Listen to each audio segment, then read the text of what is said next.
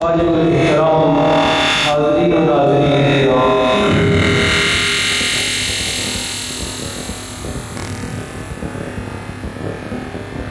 اس ساری کائنات کا بنانے والا اللہ تعالیٰ ہے۔ انسانوں نے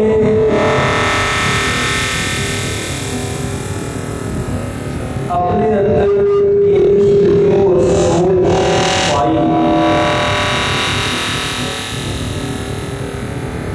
کہ میں کدھر سے آیا ہوں، مجھے کس نے بنایا ہے۔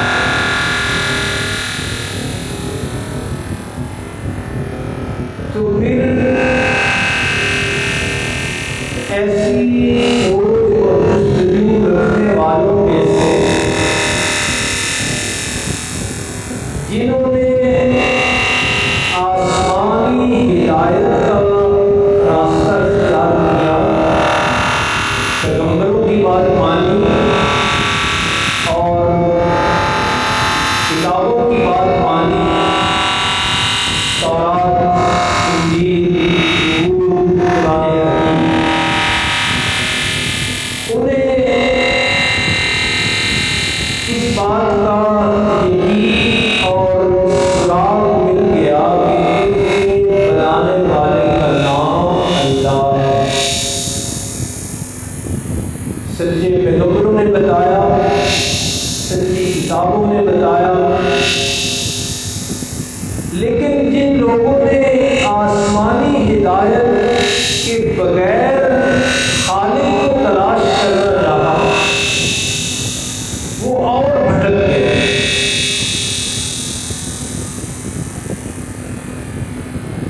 کیونکہ اللہ رب العالمین نے اپنی ذات اقدس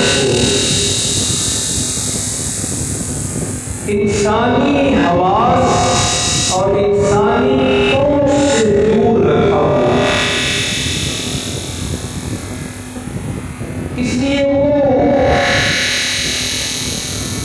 لوگ چاہتے تھے کہ ہم اپنے بنانے والے کو دیکھیں تو مانیں گے، اپنے بنانے والے کو چھوئیں تو مانیں گے، اور اپنے بنانے والے سے ہم کلام ہوں، باتیں کریں تو تب مانیں گے۔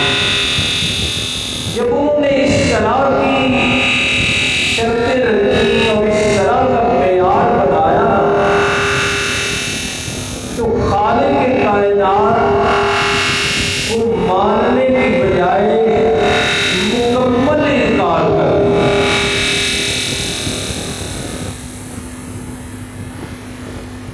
لیکن جو آسمانی ہدایت کے پیروکار رہے، نبیوں کی بات جنہوں نے مانی اور جنہوں نے آسمانی کتابوں پر یقین رکھا، ان کی وہ جستجو یقین کی منزل تک بھی پہنچی اور انہیں اللہ بھی مل گئے۔ رب العالمین چونکہ انسانی آنکھ، انسانی کان اور انسانی لمس سے بہت دور ہے، اگرچہ شہرت سے بھی زیادہ قریب ہے، اس لیے آسمانی کتابوں میں اور خصوصی طور پہ آسمانی کتاب قرآن حکیم میں رب العالمین نے اپنی نشانیاں بتائی کہ یہ نشانیاں دیکھو اور ان پر یقین کرو تو تمہیں پتہ چلے گا کہ کائنات کا خالق ہے اور وہ اللہ۔ مختصر سے ٹائم ہے، قرآن حکیم کا ایک پورا رکوع ہے جس میں اللہ کی قدرت کی اور اللہ کے وجود کی نشانیاں خود رب العالمین نے بیان فرمائی ہیں۔ ہم انہی آیات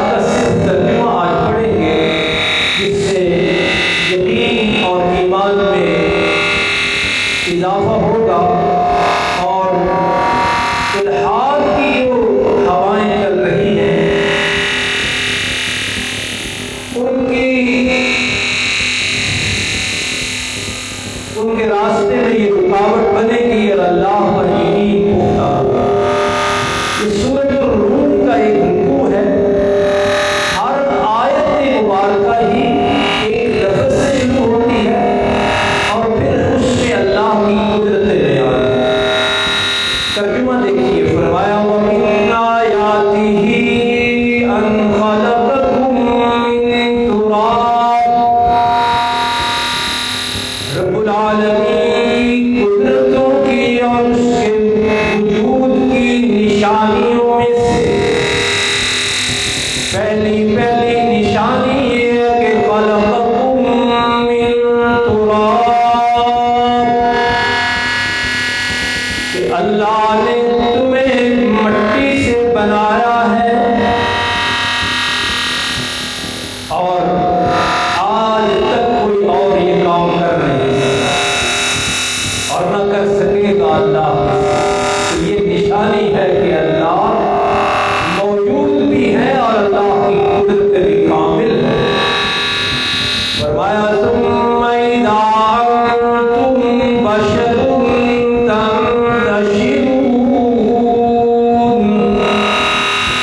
رب العالمین کی قدرتوں کی نشانیوں میں سے یہ ہے کہ اللہ نے تمہیں مٹی سے بنایا، پھر تم انسانی شکل میں آ کے پورے کرۂ ارض پہ منتشر ہو گئے، پھیل گئے.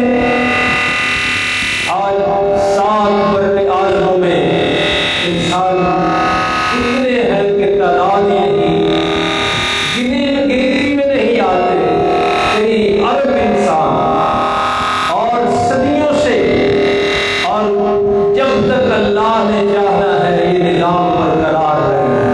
تو یہ پہلی نشانی کہ تمہیں مٹی سے بنایا. مزید فرمایا وَمِنْ آيَاتِهِ خَلَقَكُم مِّنْ أَنفُسِكُمْ أَزْوَاجًا، اور اس کی نشانیوں میں سے یہ ہے کہ اللہ ہی نے تم میں سے تمہارے لیے بیویاں بنائیں، اور مقصد یہ ہے لِتَسْكُنُوا إِلَيْهَا، تاکہ تم ان کے پاس سکون اور آرام محسوس کرو. یہ بیویوں کا بنانے کا مقصد ہے. لیکن کچھ بیویاں نری ٹینشن ہوتی ہے. انسان کا دل نہیں کرتا گھر میں داخل ہونے، وہ نوکری سے، دکان سے، جاب سے واپس آ کر بھی باہر ہوٹلوں میں وقت گزار لیتا ہے، گھر نہیں آتا. اور ایک حدیث پاک میں اللہ کے پیغمبر صلی اللہ علیہ وسلم نے یہ ارشاد فرمایا، اللہ سے دعا سکھائی ہے کہ اللہ سے یہ دعا مانگا کرو کہ یا اللہ مجھے ایسی بیوی سے پناہ دے جو مجھے بڑھاپا آنے سے پہلے بوڑھی پر کر دے. یہ حدیث پاک کہ ابھی مجھ پر بڑھاپا آیا نہیں، لیکن اس کی ٹینشنوں کی وجہ سے مجھ پہ بڑھاپا چھا جائے، ایسی بیوی سے پناہ مانگنے کی دعا سکھائی ہے آقا علیہ السلام. فرمایا وَجَعَلَ بَيْنَكُم مَّوَدَّةً وَرَحْمَةً، اللہ کی نشانیوں میں سے ایک نشانی یہ ہے کہ تم میں اللہ نے شفقت اور پیار کا جذبہ جگا دیا ہے. یہ جو ماں بیٹوں سے، اولاد سے پیار کرتی ہے، یہ بھی اللہ کی نشانی. یہ جو باپ اپنے بیٹوں پر رحم و کرم والے معاملے کرتا ہے، یہ بھی اللہ کی نشانی. بہن بھائیوں میں پیار رکھ دیا، دوستوں میں شفقت اور محبت کا معاملہ رکھ دیا، تو یہ اللہ نے رکھا ہے، یہ اس کے ہونے کی نشانی ہے. اور یہ محبت کا اور شفقت کا معاملہ آقا علیہ السلام نے ایک دن ایسے سمجھایا، فرمایا کہ دیکھو یہ جو پیار کا، محبت کا معاملہ ہے انسانوں کا آپس میں، یہ صرف انسانوں تک محدود نہیں، آپ نے فرمایا جانوروں کے اندر بھی اللہ نے یہ رکھا ہے، اور پھر مثال یوں دی، میرے آقا کریم صلی اللہ علیہ وسلم نے فرمایا دیکھا ہے کبھی کہ گھوڑی کا چھوٹا سا بچہ لیٹا ہوا ہو اور گھوڑی کا پاؤں اس پر آنے لگے تو وہ فل زور سے پاؤں رکھ نہیں دیتی بلکہ پاؤں اوپر کر لیتی؟ کتنی باریکی میں جا کے سمجھایا۔ فرمایا یہ جو اس نے اپنے بچے کے اوپر آتا ہوا پاؤں اٹھا لیا ہے، یہ بھی تو اس کے اندر محبت کا جذبہ ہے۔ فرمایا ان فی ذلک لآیات لقوم یتفکرون، یہ جتنے کام ہم نے ذکر کیے ہیں ان میں بڑی نشانیاں ہیں ان لوگوں کے لیے جو غور و فکر کرتے ہیں۔ ان سارے معاملات میں سوچنا چاہیے کہ یہ کیسے ہو رہے ہیں، یہ کون کر رہا ہے۔ یہی سوچ بندے کو اللہ تک لے جاتی ہے۔ مزید فرمایا وَمِنْ آیَاتِهِ خَلْقُ السَّمَاوَاتِ وَالْأَرْضِ، اور اس کی نشانیوں میں سے یہ بھی ہے کہ اسی نے آسمان بنائے ہیں اور اسی نے زمین بنائی ہے۔ کوئی اور دعوے دار ہے؟ کوئی اور کہہ سکتا ہے کہ میں نے بنائی؟ فرمایا وَاخْتِلَافُ أَلْسِنَتِكُمْ وَأَلْوَانِكُمْ، اور یہ جو تمہاری زبانیں مختلف ہیں، سینکڑوں زبانیں دنیا میں بولی جاتی ہیں، تقریباً 600 زبانیں دنیا میں بولی جاتی ہیں، بولیاں 600 بولیاں۔ فرمایا یہ جو زبانوں کا اختلاف ہے، کوئی پشتو، کوئی اردو، کوئی پنجابی، کوئی عربی، کوئی عبرانی، کوئی سنسکرت، یہ ساری کی ساری زبانیں بنانا اور لوگوں کو سمجھانا یہ بھی اللہ کی نشانی۔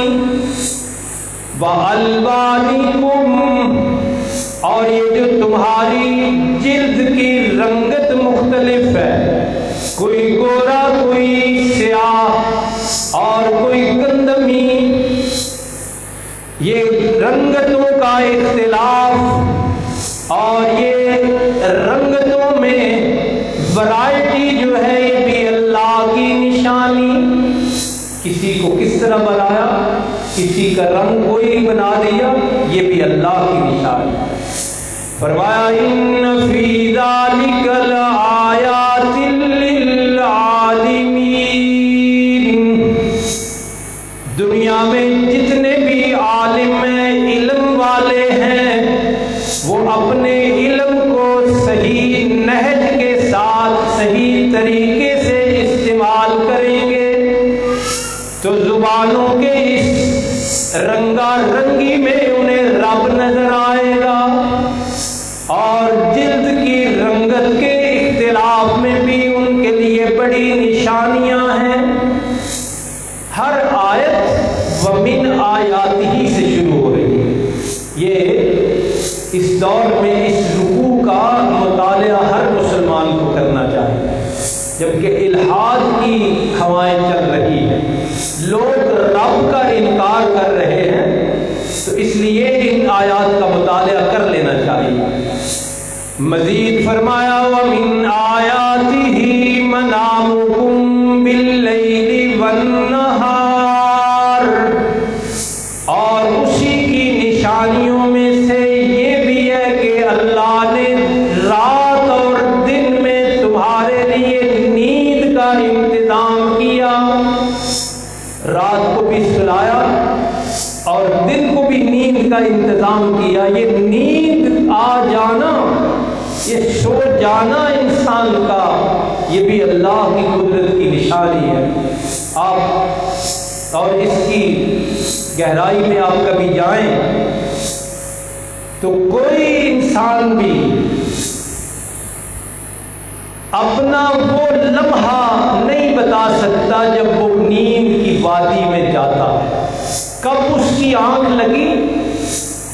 اللہ کی عجیب قدرت ہے۔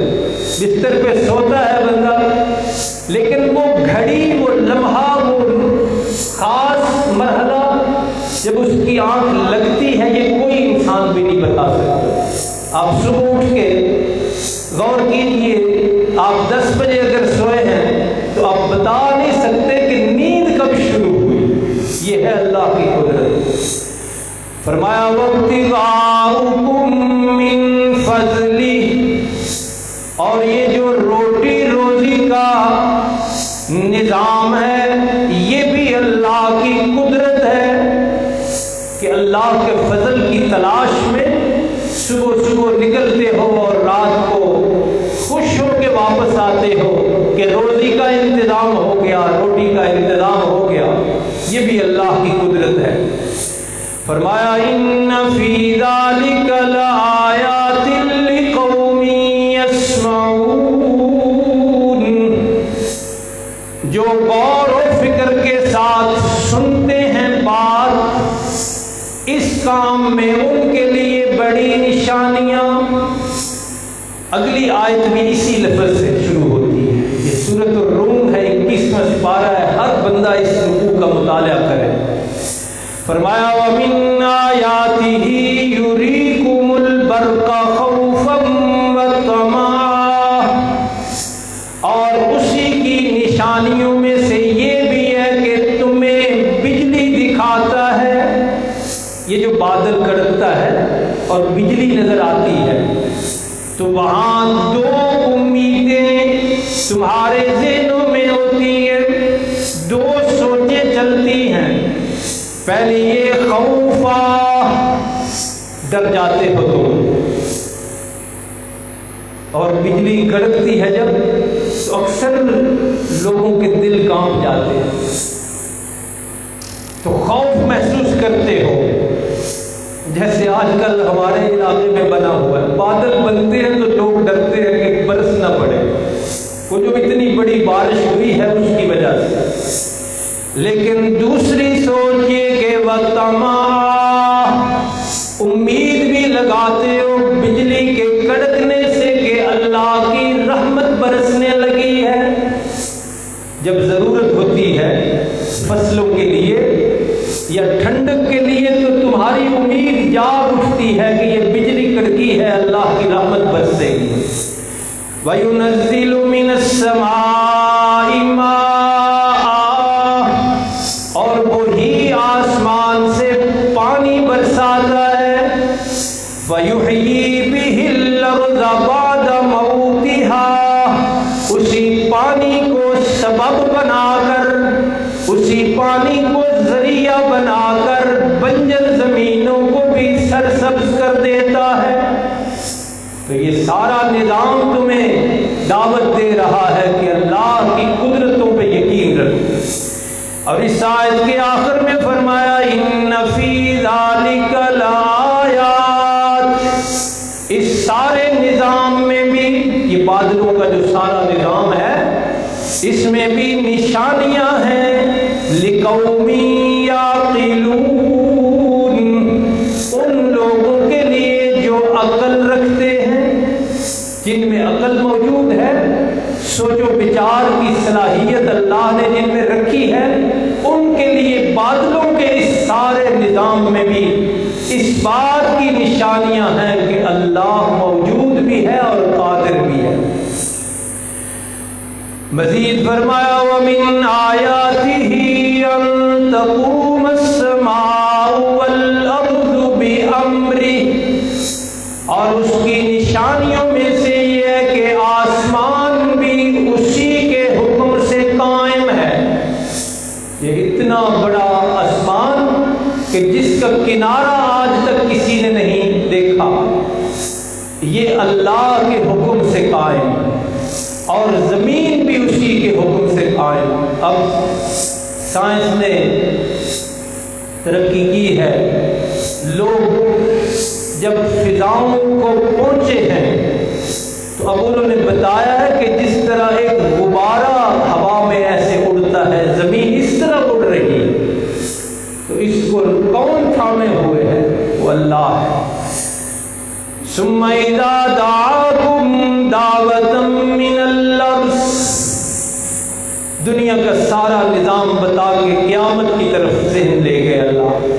فرمایا جب تمہیں وہ پکارے گا نا، حکم دے گا زمین سے نکلنے کا قیامت والے دن، اذا انتم تخرجون، تو سارے کے سارے دوبارہ زندہ ہو کر زمین کی تہوں سے تم نکل آؤ گے.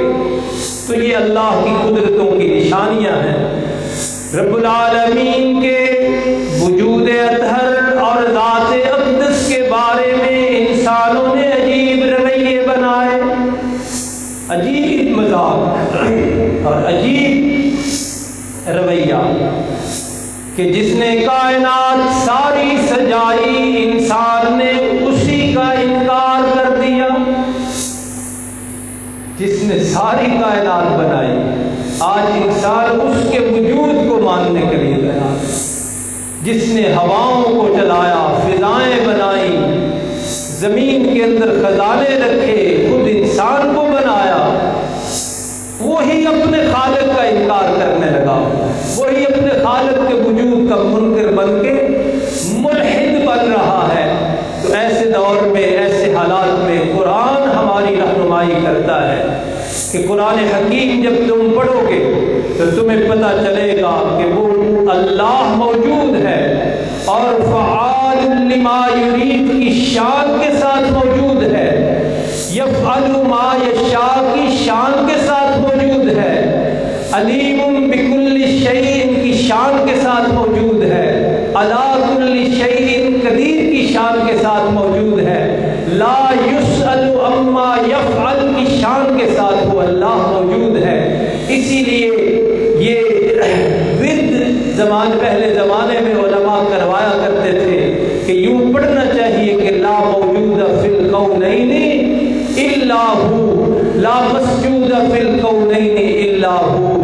اسی نے تو حضرت موسیٰ علیہ السلام سے خود فرمایا تھا کہ انا اللہ. جب کوہ طور پہ پہنچے تو فرمایا کہ نخلا فخلا نعلیک، کہ جناب والا اپنے جوتے اتاریے، انک بالوادی المقدس طویٰ، آپ بڑی پاکیزہ سرزمین طویٰ میں موجود ہیں. اور فرمایا انی انا اللہ. آواز آئی حضرت موسیٰ سے، بات کی اللہ نے اور انہیں فرمایا کہ میں ہی اللہ ہوں. تو اللہ کے وجود اطہر کا اقرار اور اس پر ایمان ہمارے ایمانیات میں سے بھی پہلے نمبر پر ہے. آمنت باللہ وملائکتہ وکتبہ، سب سے پہلے یہ ماننا ضروری ہے کہ اللہ موجود ہے اور پیغمبر سارے کے سارے سچے اور سچی گواہی دے کے گئے کہ اللہ کی ذات موجود ہے. ساری سچی آسمانی کتابیں یہی کہہ رہی ہیں. اللہ تعالیٰ ہمیں اپنی ذات پر پہلے سے بڑھ کر یقین اور ایمان نصیب فرمائے. وما علینا.